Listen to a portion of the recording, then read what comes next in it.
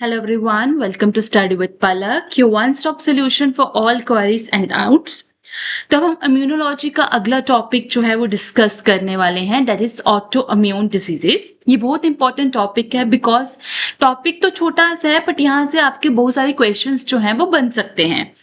तो auto immune diseases क्या होती हैं? जब आपका जो इम्यून सिस्टम है वो अपने ही सेल्स को, अपने ही हेल्थी टिश्यूज को, बॉडी के जो हेल्थी टिश्यूज हैं, बॉडी के जो खुद के सेल्स हैं, उन पे गलती से अटैक कर देता है। ठीक है, फॉरेन एंटीजेंस को अटैक करने के बजाय वो बॉडी के खुद के ही टिश्यूज पे, बॉडी के खुद के जो एंटीजेंस हैं उन पे अटैक कर देता है, उनकी इन्फ्लामेशन करता है और उन टिश्यूज को, उन सेल्स को डैमेज कर देता है। ठीक है, ये हमने हाइपर सेंसिटिविटी रिएक्शंस में भी पढ़ा था। जिसने हाइपर सेंसिटिविटी रिएक्शंस वाली वीडियो भी नहीं पढ़ी है तो आई सजेस्ट कि पहले वो जाकर देख लो, तो आपको ये टॉपिक बड़ी आसानी से समझ आ जाएगा। ठीक है, तो organ specific auto immune diseases कौन सी होती हैं कि जो एक पर्टिकुलर ऑर्गन पे ही अटैक करते हैं। ठीक है, जैसे कि type 1 diabetes mellitus. Type 1 diabetes mellitus में क्या होता है, जो हमारा इम्यून सिस्टम है वो बीटा सेल्स, जो पैनक्रियाज की बीटा सेल्स है, उनको अटैक करेगा, जिसकी वजह से इंसुलिन की सेक्रेशन जो है वो आपकी हैम्पर होगी। ठीक है, इंसुलिन की सेक्रेशन जो है वो अफेक्टेड होगी। ठीक है, तो आपका इम्यून सिस्टम अटैक करेगा पैनक्रियाज की बीटा सेल्स, जहां से इंसुलिन प्रोड्यूस होती है, उस पर अटैक करेगा। ठीक है, हैशिमोटोस थायराइडिटिस में क्या होता है, आपका इम्यून सिस्टम जो होता है वो थायराइड ग्लैंड को डैमेज करता है, जिसकी वजह से हाइपोथायरॉयडिज्म होता है और ग्वाइटर होता है। हाइपोथायरॉयडिज्म में क्या होता है कि आपके जो थायराइड हार्मोन्स हैं उनकी कम सिक्रेशन होती है। ठीक है, और हाइपोथायरॉयडिज्म में क्या होगा कि आपका मेटाबॉलिक रेट जो है वो डिक्रीज हो जाएगा, लो सिक्रेशन ऑफ थायराइड हार्मोन्स। ठीक है, तो हाशिमोटो डिजीज में इम्यून सिस्टम क्या करता है, आपके थायराइड ग्लैंड को डैमेज करता है, जिसकी वजह से आपके जो थायराइड हार्मोन्स है उसकी सिक्रेशन जो है वो डिक्रीज हो जाएगी। ग्रेव डिजीज में क्या होता है, आपका इम्यून सिस्टम जो है थायराइड ग्लैंड पे अटैक करेगा और आपके जो थायराइड हार्मोन्स है उसकी हाइपर सिक्रेशन करेगा, थायराइड हार्मोन्स की। ठीक है, हाइपर सिक्रेशन करेगा थायराइड हार्मोन से, जिसकी वजह से हाइपरथायरॉयडिज्म होगा। हाइपरथायरॉयडिज्म में हार्ट बीट जो है वो इंक्रीज हो जाती है, मेटाबॉलिक रेट जो है, बेसल मेटाबॉलिक रेट वो इंक्रीज हो जाता है, आपकी स्किन पे अफेक्ट होता है, आपकी आईज पे अफेक्ट होता है, and it can also lead to goitre. ठीक है, तो जो थायराइड स्टिमुलेटिंग एंटीबॉडीज हैं, आईजी क्या हो गया, इम्यूनोग्लोबुलिन्स एंटीबॉडीज जो हैं वो थायराइड ग्लैंड के साथ बाइंड हो जाती हैं और थायराइड ग्लैंड को कहती है कि तुम एक्सेसिव जो है हार्मोन्स को सिक्रीट करो। ठीक है, देन एडिसन्स डिजीज में क्या होता है कि इम्यून सिस्टम एड्रिनल ग्लैंड को अटैक करता है, जिसके वजह से एड्रिनल ग्लैंड जो है वो एड्रिनल हार्मोन्स को प्रोड्यूस नहीं कर पाता है, जो कि आपके कॉर्टिसोल्स और एल्डोस्टेरॉन है। ठीक है, तो उनकी प्रोडक्शन जो है वो रिड्यूस हो जाती है। देन है मिस्थेनिया ग्रेविस, जो कि मैंने I think hyper sensitivity reactions में भी अच्छे से एक्सप्लेन किया था। मिस्थेनिया ग्रेविस में क्या होता है कि आपके जो एंटीबॉडीज है ना, आपकी जो एंटीबॉडीज हैं वो जाके बाइंड कर जाती हैं एसिटाइल कोलिन रिसेप्टर्स के साथ। आपके एंटीबॉडीज जो हैं वो बाइंड कर जाते हैं एसिटाइल कोलिन रिसेप्टर्स के साथ, जिसकी वजह से एसिटाइल कोलिन की सेक्रेशन जो है वो रिड्यूस हो जाती है। ठीक है, एसिटाइल कोलिन की सेक्रेशन जो है वो रिड्यूस हो जाती है। ठीक है, और आपके जो नर्व मसल कम्युनिकेशन है वो अफेक्ट होती है, बिकॉज एसिटाइल कोलिन जो है नर्व मसल कम्युनिकेशन के लिए बहुत ज्यादा इंपॉर्टेंट है, तो उसकी नर्व मसल जो कम्युनिकेशन है वो अफेक्ट होगी। ठीक है, देन आता है सियालिक डिजीज। सियालिक डिजीज एक ऐसी ऑटो इम्यून कंडीशन है जहां पे आपका इम्यून सिस्टम जो है वो ग्लूटेन पे रिएक्ट करेगा। ग्लूटेन एक प्रोटीन होता है जो व्हीट, बार्ले वगैरह में प्रेजेंट होता है। ठीक है, अब क्या होता है ना, बहुत सारे लोगों को ग्लूटेन से एलर्जी होती है। ठीक है, तो वो क्यों होता है, क्योंकि आपका इम्यून सिस्टम ग्लूटेन पे रिएक्ट करता है और आपके स्मॉल इंटेस्टाइन को डैमेज करेगा। वो ग्लूटेन को एज अ फॉरेन एंटीजन मानेगा, उसे आपकी बॉडी को एक्सेप्ट नहीं कर पा रहा है। ठीक है, तो क्योंकि आपको एलर्जी है उससे, तो दैट इज सियालिक डिजीज। ठीक है, जो क्या है, आपकी ग्लूटेन वाली प्रॉब्लम है और उससे आपका इम्यून सिस्टम आपके स्मॉल इंटेस्टाइन के सेल्स पे अटैक करेगा, स्मॉल इंटेस्टाइन को डैमेज करेगा। ठीक है। दूसरी टाइप है आपकी systemic autoimmune diseases. Systemic autoimmune diseases में क्या होता है कि इम्यून सिस्टम आपके मल्टीपल ऑर्गन्स पे अटैक करता है। ठीक है, क्यों? क्योंकि जो एंटीजन एंटीबॉडी इम्यून कॉम्प्लेक्स बना है ना, वो आपके ब्लड में सर्कुलेट हो रहा है। ठीक है, तो आपका इम्यून सिस्टम जो है मल्टीपल ऑर्गन्स पे अटैक करेगा। ठीक है, जैसे कि आपका सिस्टमिक लूपस एरिथेमाटोसस। ठीक है, सिस्टमिक लूपस एरिथेमाटोसस, इसमें क्या होता है कि एक क्रॉनिक ऑटोइम्यून डिजीज है जिसमें आपका इम्यून सिस्टम आपके हेल्थी टिश्यूज को अटैक करता है, जिसकी वजह से आपको इन्फ्लामेशन हो सकती है। आपके जो ऑर्गन्स हैं लाइक स्किन, जॉइंट्स, किडनीज वगैरह, ये अफेक्ट हो सकते हैं, ये डैमेज हो सकते हैं।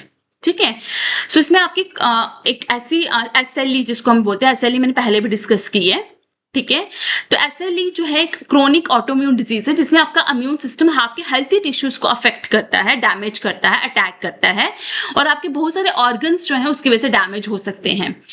और इसकी एक बहुत खासियत बात है, इसमें ना आपकी बॉडी के ऊपर बटरफ्लाई जैसे आपके रैशेस पड़ते हैं। ठीक है, फेशियल रैश पड़ेंगे बटरफ्लाई शेप के, आपको थकावट होगी, फीवर हो सकता है, ज्वाइंट पेन हो सकती है, तो ये उसके कुछ सिम्टम्स हैं एसएलई के। ठीक है, देन है रिमोटॉइड आर्थराइटिस। ये भी एक क्रोनिक ऑटोइम्यून डिजीज है जिसकी वजह से आपको इन्फ्लेमेशन, पेन, स्टिफनेस, आपके जॉइंट्स में स्वेलिंग होती है, स्पेसिफिकली आपके रिस्ट और हैंड्स में। ठीक है, आपके हार्ट, लंग्स वगैरह भी अफेक्टेड हो सकते हैं। देन है स्क्लेरोडर्मा। स्क्लेरोडर्मा सिस्टमिक स्क्लेरोसिस भी बोलते हैं। यहाँ पे आपकी बॉडी में एक्सेसिव अमाउंट में कोलेजन का बिल्डअप होना स्टार्ट हो जाता है। ठीक है, जिसकी वजह से आपकी जो स्किन है काफी हार्ड हो जाएगी, टाइट हो जाएगी। ठीक है, ब्लड वेसल्स आपके हार्ड हो जाएंगे, मसल्स, आपके इंटरनल ऑर्गन्स वगैरह, इन सब पे अफेक्ट होगा स्क्लेरोडर्मा की वजह से। स्क्लेरोडर्मा में क्या हो रहा है, आपके मसल्स में, ब्लड वेसल्स में, इंटरनल ऑर्गन्स में आपका कोलेजन का बिल्डअप हो रहा है बहुत ज्यादा एक्सेसिव अमाउंट में। ठीक है, देखो स्क्लेरोडर्मा दो तरह की हैं, एक है लोकलाइज्ड स्क्लेरोडर्मा, एक है सिस्टमिक स्क्लेरोडर्मा।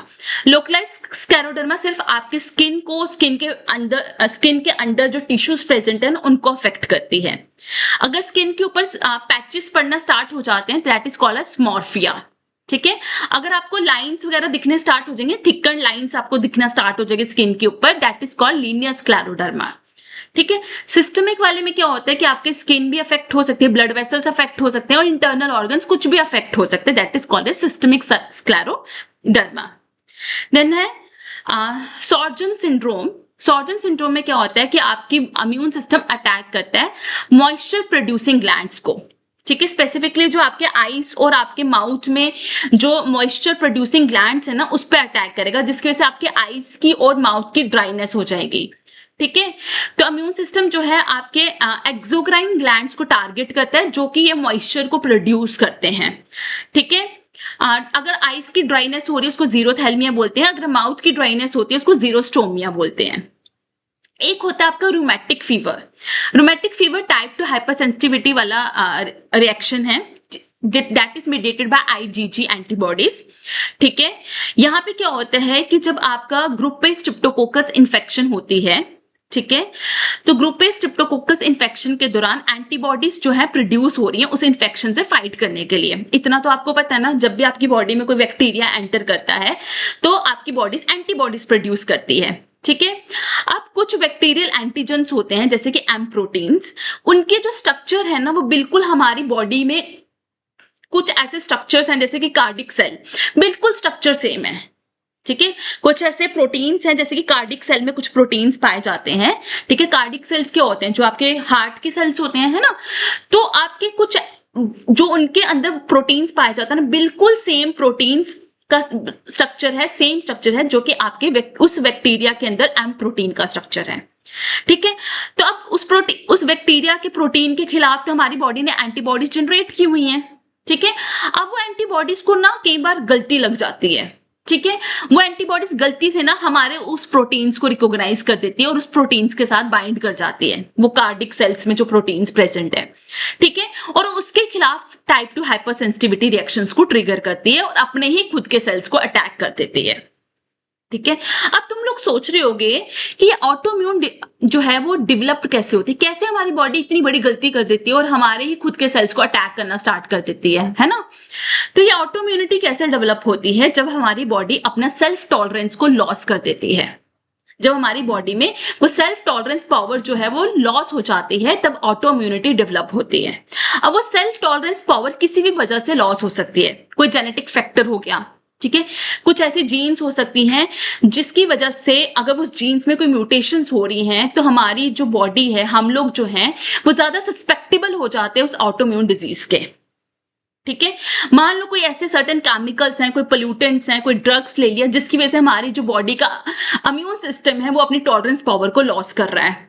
कोई इन्फेक्शन हो गई, कोई हार्मोनल इम्बैलेंस हो गया, ठीक है, हो सकता है हमारा थाइमस या बोन मैरो में कुछ गड़बड़ हो रही है तो सेंटर टॉलरेंस फेलियर है ना। हो सकता है हमारे जो रेगुलेटरी टी सेल्स हैं वो क्या करते हैं, हमें ऑटो इम्यूनिटी से प्रिवेंट करते हैं ना। हो सकता है कि हमारे रेगुलेटरी टी सेल्स जो हैं वो काम नहीं कर पा रहे हैं, वो डिसफंक्शन हो गए हैं, ठीक है, तो उसकी वजह से हमें जो है ऑटो इम्यून डिजीज जो है वो हो सकती हैं।